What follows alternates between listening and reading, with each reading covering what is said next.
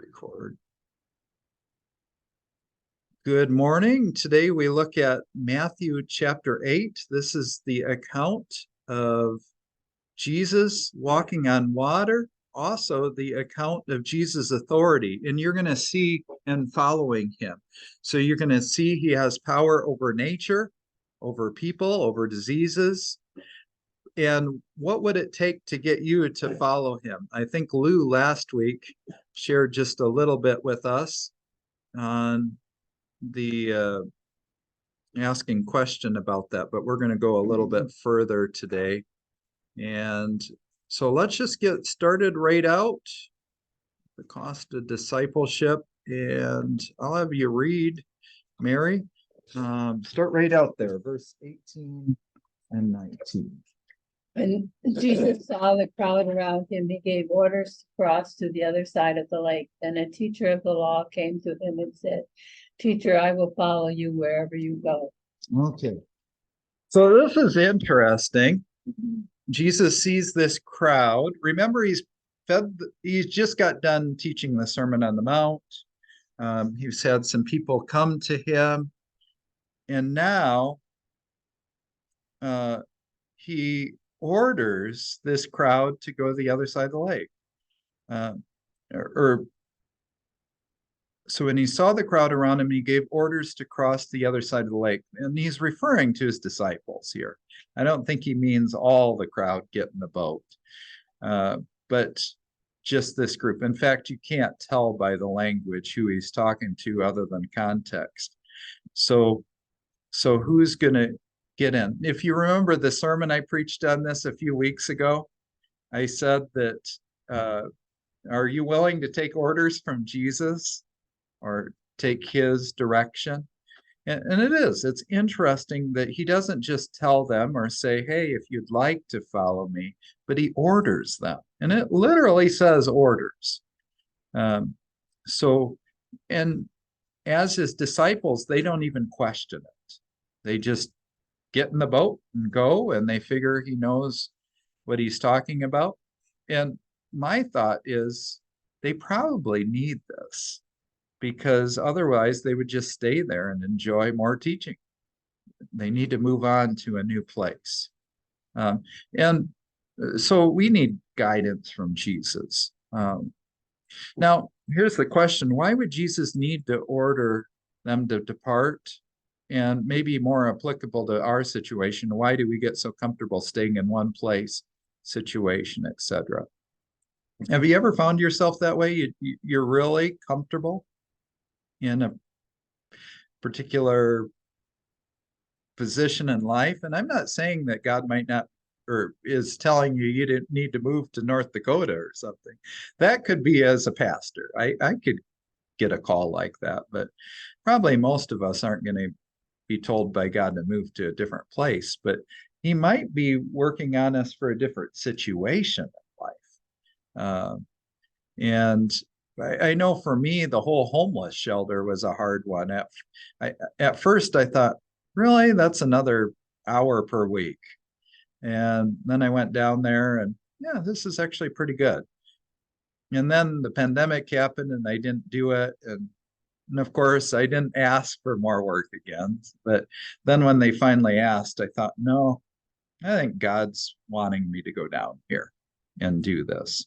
So it because I get all this response. Same way with the nursing homes. That's one of my area of that God has gifted me in, and had a lot of extra training in that area. And it just, some days I go, Lord, I just want to quit one of them. And then like I get somebody in the grocery store will say, Pastor, that meant so much, you coming down, because no one else comes there. Okay, Lord, I guess I can keep going. Or yesterday, I was over at Casa de Paz. And to be honest, that's the one I don't like going to. It's hard. Why do I keep going? I have a Jehovah's Witness that's in charge of the activities, and she keeps asking me to come. And she always goes to service. And yeah, Lord. And now this last time, she had the chapel packed. And it's like, Lord, do I really want to go there? But the chapel's packed. No one else goes there. I suppose you want me there. But I don't know about you. Have you seen that at all? That there's maybe a ministry you're involved in or something, and it's like the Lord wants you to go there, but am I the only one this happens to? Or Well, the only thing I can think of is that, my son has an things that, they don't go unless I, Hmm. so I have been, trying to go and I'm toying with changing congregations, and yet this is my home congregation. It's hard to leave it because I'm comfortable here, Yeah, so I don't know. yeah, there's that comfortable part. Yeah, no, that is tough, but yet if it helps them, Yeah, they'll go if I go. I say, well, should we go to church on Sunday morning? Then they'll go, and if I don't say anything, they don't. yeah. It is weird how that works. And I know it's weird when I go home, I will ask all my family, gonna be in church this Sunday? They all come when I come home. But we have the exact same problem. And I don't know what it is. Something about relationships and that accountability. In fact, I'll make a comment on this. I didn't think of it till you brought this up. This whole serving challenge that we're going to do with the red letter challenge. One of the big things with these challenges is that you shouldn't do them on your own, because if you that's why they suggest doing it in a small group, like go on Sunday morning to Bible class or go on the Wednesday Bible class. Because if you do that and somebody asks you, did you do the challenge? Because there's going to be a lot of little things that we're going to do in there. Um,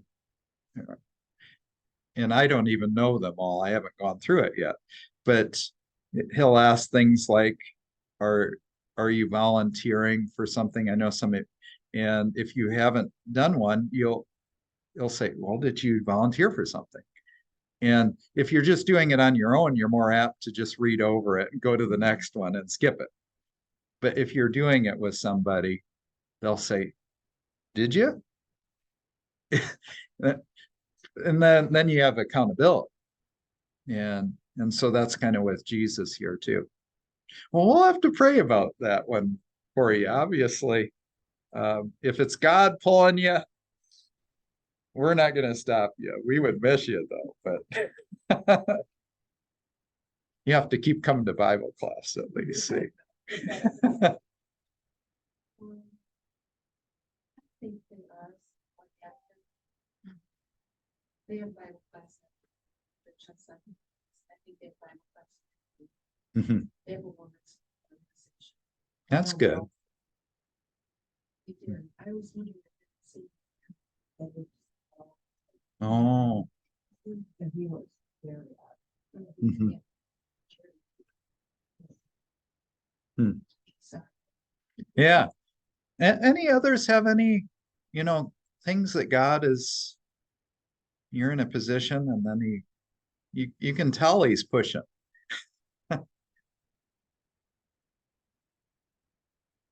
Okay. We'll go to the next one here.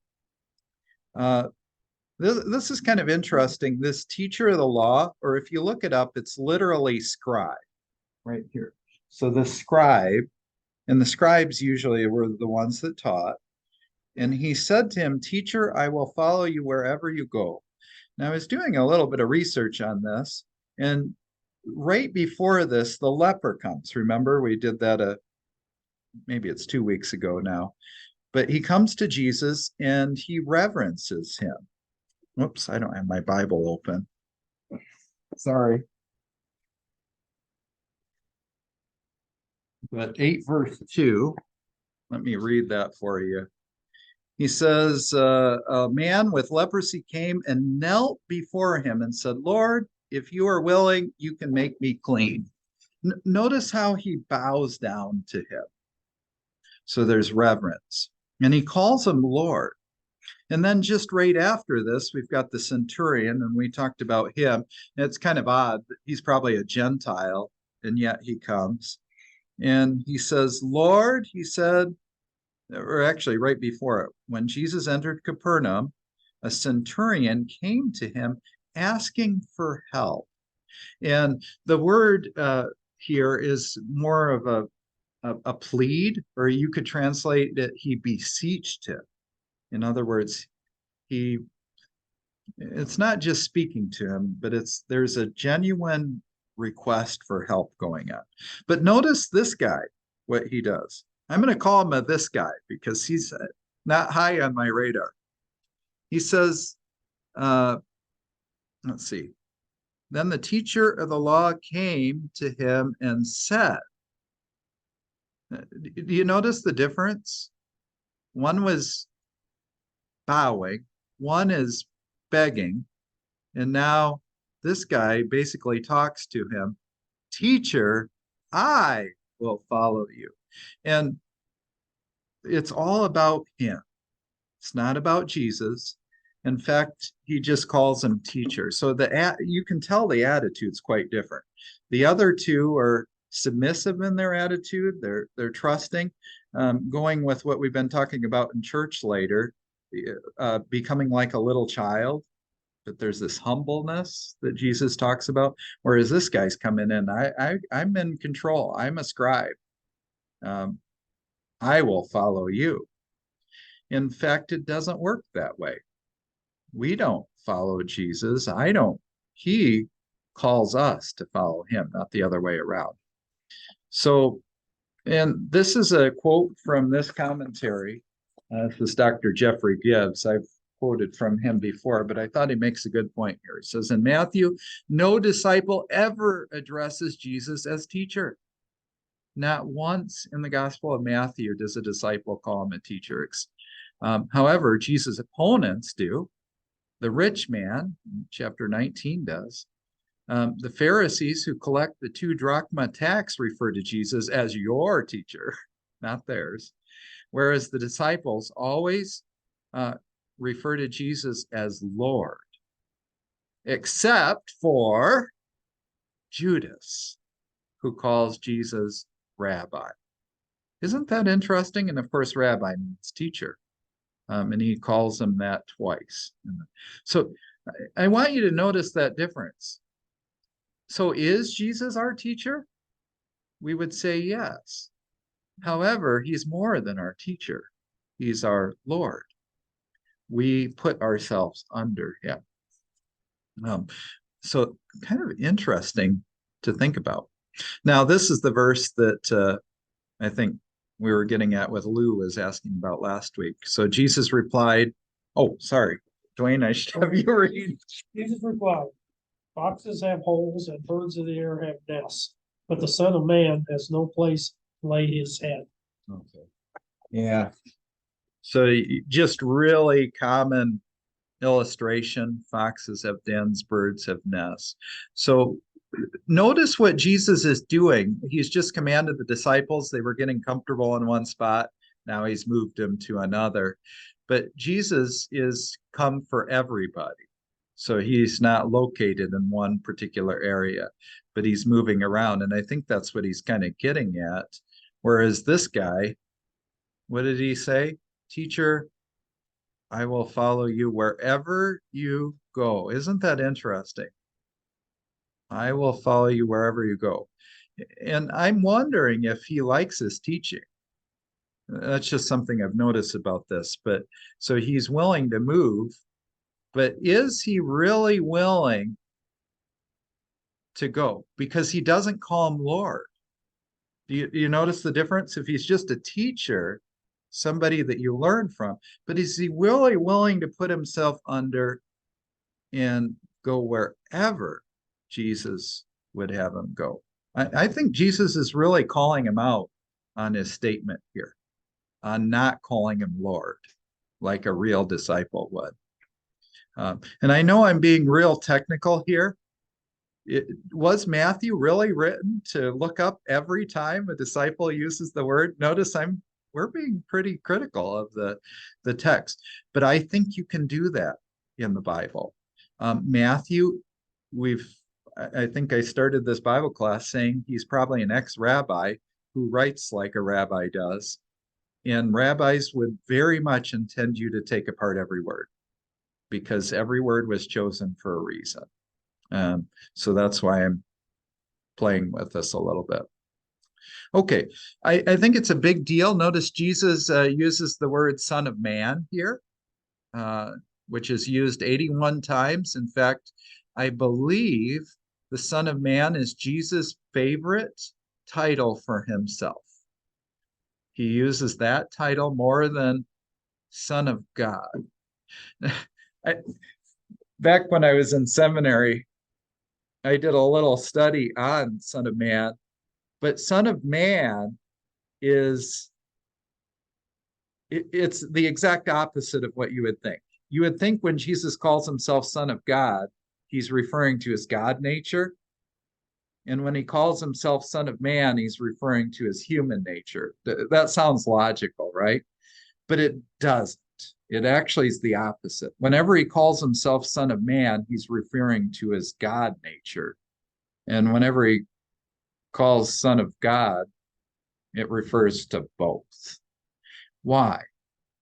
Because the Bible itself, in context, the Son of Man is very particular.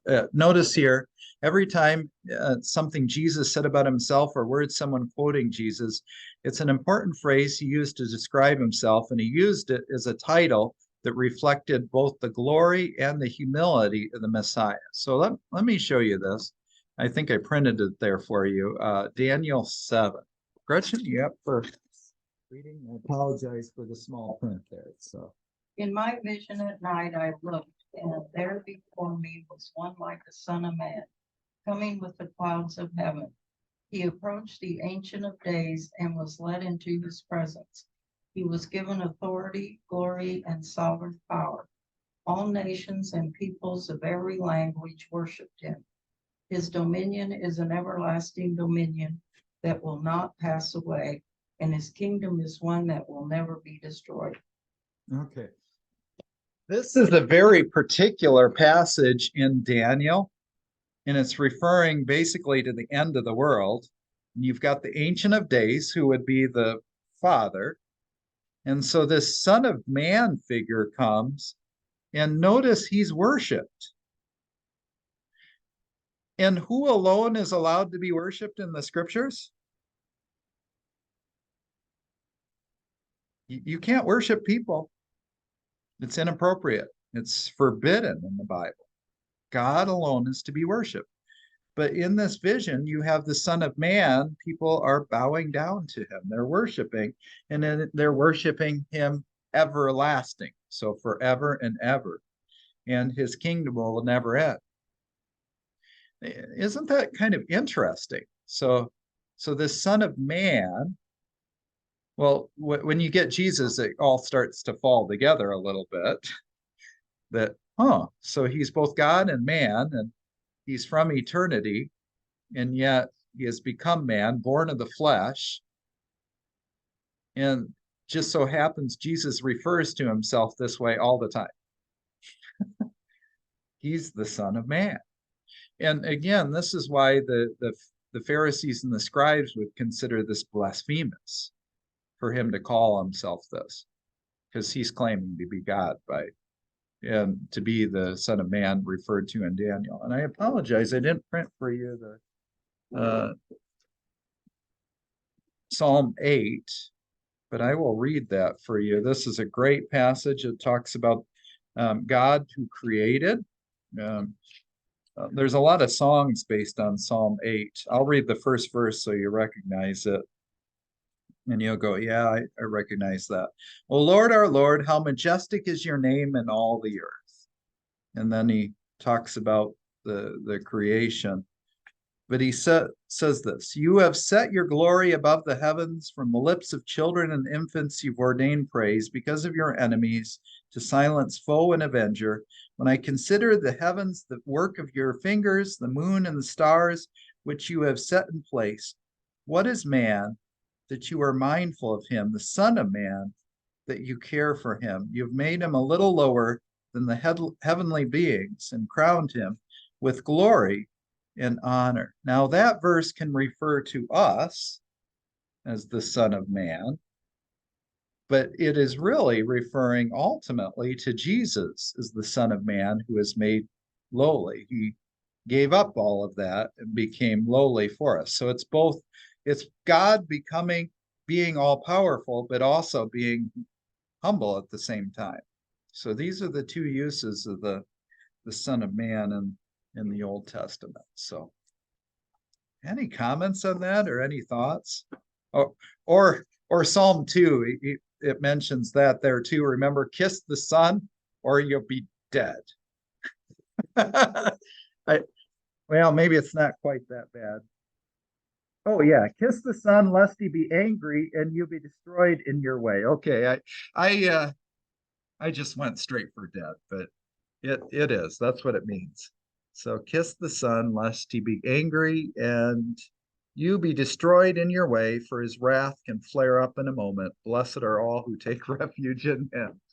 So the Son of Man. Yeah. Okay. In so when you think of whenever you read Son of Man, just think the opposite. Think, oh, this is God. Yeah. Okay. Here's Lou's verse. Tom?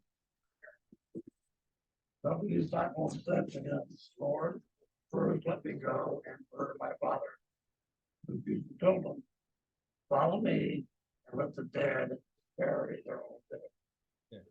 I delivered my fire last week on this one already, but it's not that you don't bury your parents. That's not what he's saying. The problem here is that this guy's going to go home and be with his family and not follow Jesus. In other words, the family is going to be more important, and that's the problem. Of course, Jesus would have you be there for your family. In fact, when I got the call from Julie, she was going over to her sisters, and same way with the Palmers. They're going there. Nothing wrong with that. The problem is if you value your family over Jesus, that's when it would become problematic. Okay. And I gave you the example of Elijah and how he went and took care of his dad, set things up.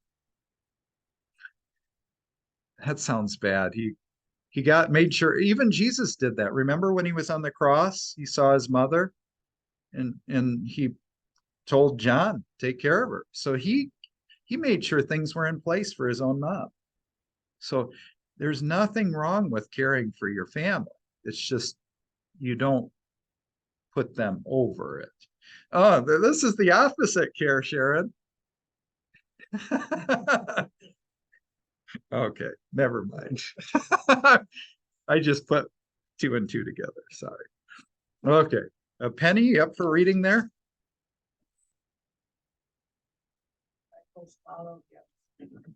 Suddenly a furious storm came up on the lake so that the waves swept over the boat, but Jesus was sleeping. The disciples went and woke him, saying, Lord, save us, we're going to drown. Okay. Yeah, this is a really, really interesting word here. So it says they get in the boat, so they do what he said. And I'm guessing that scribe didn't get in with them. His disciples followed him. Suddenly, a furious storm.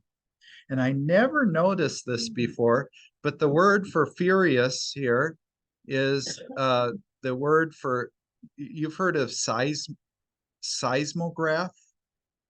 So they use that for an earthquake. So it's when everything is shaken. That's what the word furious is here. It's a storm that's so bad that it's created, they're completely shook up by it. And keep in mind, these are experienced fishermen. And for them to call this a furious storm means it's got to be pretty bad. And so it's so bad that it's the waves are. Have you ever been in a boat like that? I haven't, where the waves are actually. Have you? Yeah. Tell us about it.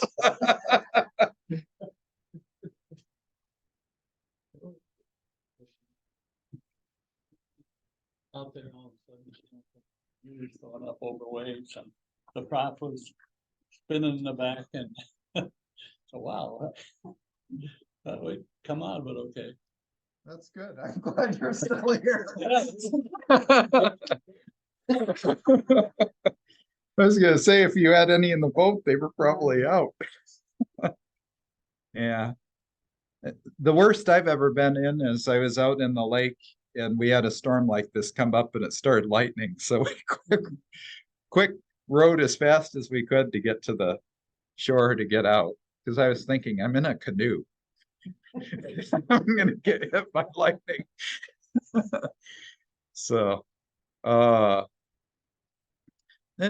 isn't it interesting though that but Jesus was sleeping? And I want you to think of this in context. They're all concerned about where they're going to stay, how they're going to follow him, being willing to go wherever he goes. And isn't it interesting that he happens to be sleeping in the middle of a seismographic style storm? I mean, how do you do that? Well, I guess. Jesus sleeps, bad things happen. There you go. That actually does, that's the opposite of what I was thinking, but it does make sense. Back in Psalm 6, in Psalm 13, it says, how long, O Lord, will you desert me forever? Same idea. David is saying, God, you're sleeping on me. Don't desert me, come back. And that's kind of Jesus here. He's sleeping on the job and then the storm is going. I was taking it the exact opposite, but you're absolutely right. When he's sleeping, bad things happen. I was saying Jesus wasn't worried about bad things. So he sleeps during them to show that anything and everything is unconcerning to him. Now, ironically, he's God, so he's in control of the universe while this is going on. But they don't know that or feel that at this time. So if we're and that does bring up a good point. If we're in the midst of a storm in our life and things are going wrong, we're sick, we're hurting, losing a job, we're family members not well, what do? Lord, you ask, you wake him up, even though he isn't asleep. He is running the universe still, but we still plead to him and ask for help. And notice the disciples make my point. What do they call him? Oh, teacher, help us. No, they call him Lord. He's their master, not merely their teacher. And I know the word Lord in the Bible can have two different meanings. Lord can be just your generic, nice way to speak to somebody. It can be like Mr. But it also can mean, as Lord, you're the one in control. So it can have that extended meaning, and it's hard to tell which but I think here they're going with the second. You're in control. Help us. We're going to drown. It must have been pretty bad if they're saying they're drowned. So, okay. Well. Yeah. we're sort of positioned Mhm. Each one of us. Lord save us, or we're gonna drown. Yeah. I think that sometimes I look at the church as a whole, it's struggling in the United States. I mean, you might look at certain churches and go, oh, they're doing really well. But if you talk to their pastors, they will say there's a lot of bad stuff going on, even in the mega churches. You think, oh, look at all those people there. But their pastors are going, Lord, these people aren't doing what you say, though, even though they're showing up. And so there's a lot of turmoil. And you go, Lord, save us, take control. And then you look at our government and you go, Lord, save us. Help. and then personal matters in our life. Lord, save us. This isn't good. That is, he has put me to a lot of tests of how I have my faith. Mhm. And I put a lot of faith in him, and he's got me through a lot of different Mhm. trials and tribulations. Yep. And that is good. In the sermon, I was sermonizing. You don't obviously necessarily can't get this direct out, but I was following example of preachers from all the way from 2000 years ago. But the boat is often, you can relate it to the church itself. And I know Jesus isn't making that point here, but us as Christians kind of notice this, that when you're in the boat with Jesus, you're in a safer place than when you're not in the boat. Because at least when you're in a boat, Jesus is sitting there, he can wake them up and come help us. And so the boat or the church has often been described this way. And you've heard me say this many times. Our sanctuary is called the nave or the boat. So we're there with him.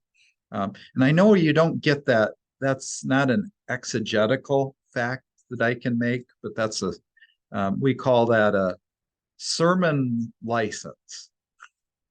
And anyway, but you don't want to make doctrine on that sort of thing.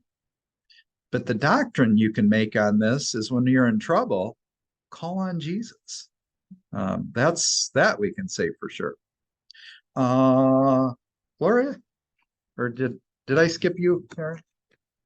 Okay, I've already we've put you out of here, so we'll go skip. No, I'm sorry. Go ahead and read. He replied, "You of little faith, why are you so afraid?" Then he got up and rebuked the winds and waves, and it was completely calm. Yeah. And that's the doctrine that you can get from this passage. Whoops. What happened? Oh, there we go. So you have little faith. So Jesus, he's completely confident. He's in control. Why are they afraid? Answer: there's a storm. And it's not just any storm, it's a seismic storm.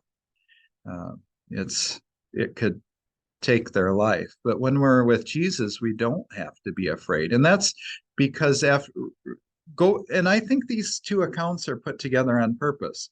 The scribe who called Jesus a teacher and not Lord, he can't trust Jesus to follow and actually call him Lord. Whereas these disciples, they are calling him Lord. And why are they worried then? But we just are, aren't we? And I get concerned about things too. Say, Lord, we need more pastors. Send them quickly. How come you aren't sending them quickly? But he has it in control. And obviously he just rebukes the winds and the waves and they're completely calm. I don't know if I had a note on this particular verse. I'll just read you this. I didn't put this in your piece here, but it says in context, um, the very first verse, it says, and, uh, and Jesus rebukes the winds and the waves. The Greek and often in the Semitic languages, which typically connect clauses parenthetically in the conjunction. Oh, you don't need to hear that stuff. But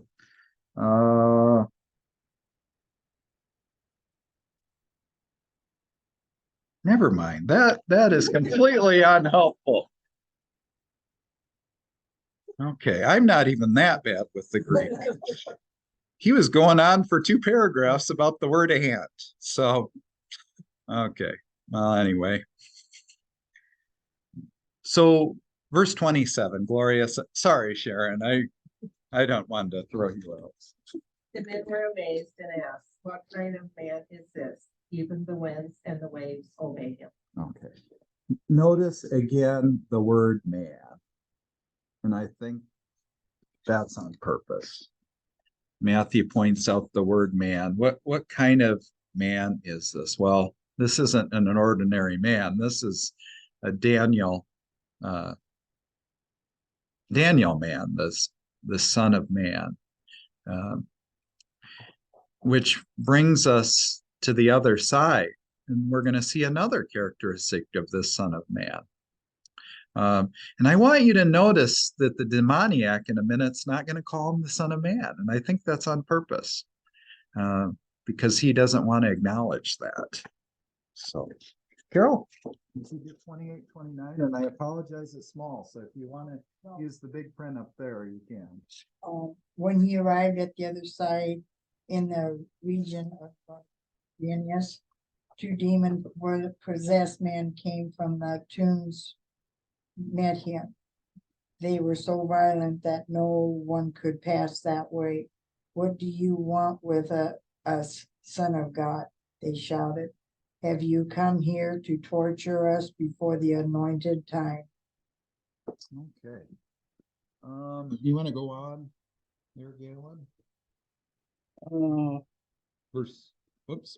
Oh, helps if I don't. Let's see. When he arrived. Oh, did I skip? Oh, sorry. Well, let's look at the pictures. This is a picture of the area that they would have landed on the other side. This Gadarenes.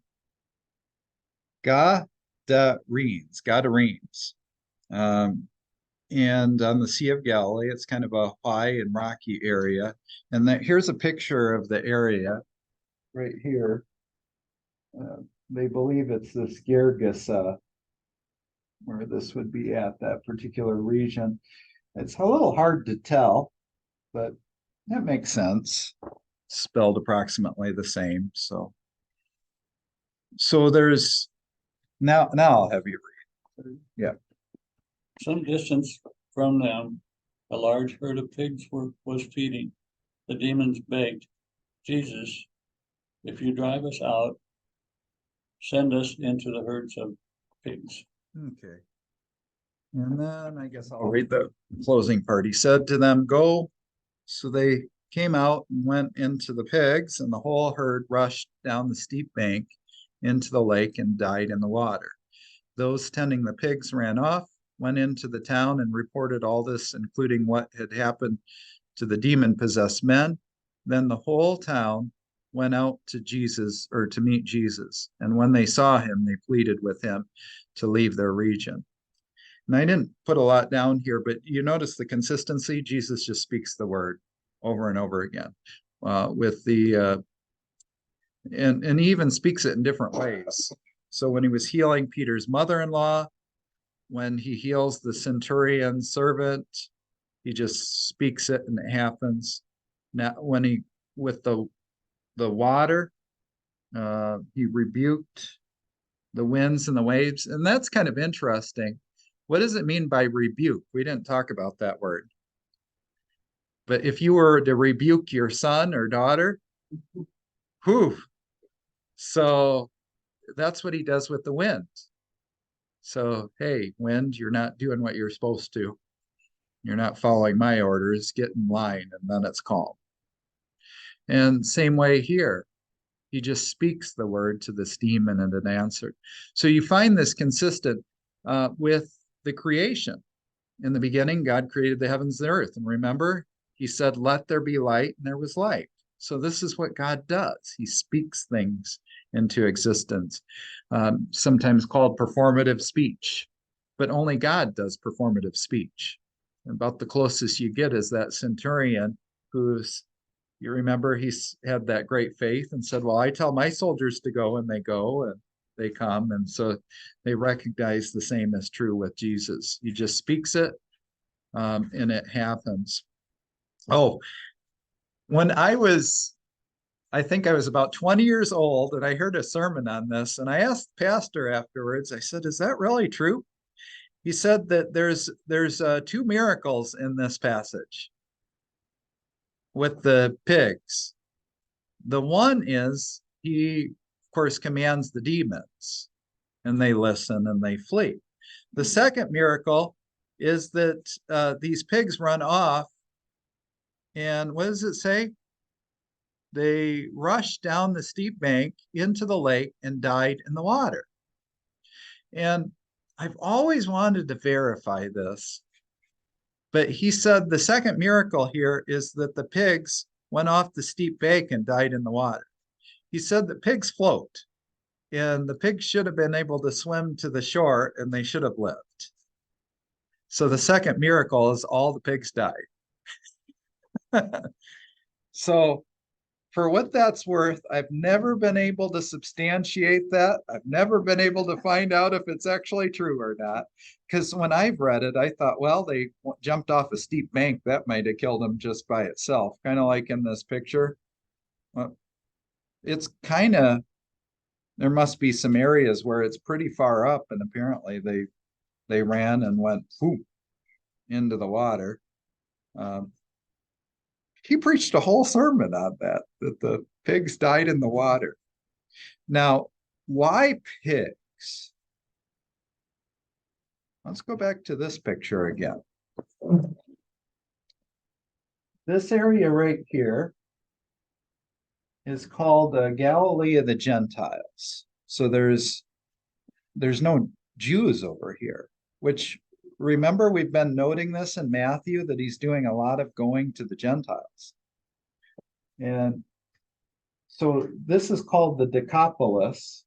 And I don't know if they even have them all on here, but Decapolis means 10, or Decapolis, which is 10 cities. And so at least in Jesus' days, this map's probably not accurate. 1, 2, 3, 4, 5, 6, 7, 8, 9. There's probably a 10th over there too. But there's 10 cities in their area, and they're all of the Gentiles. And so he's really getting at them to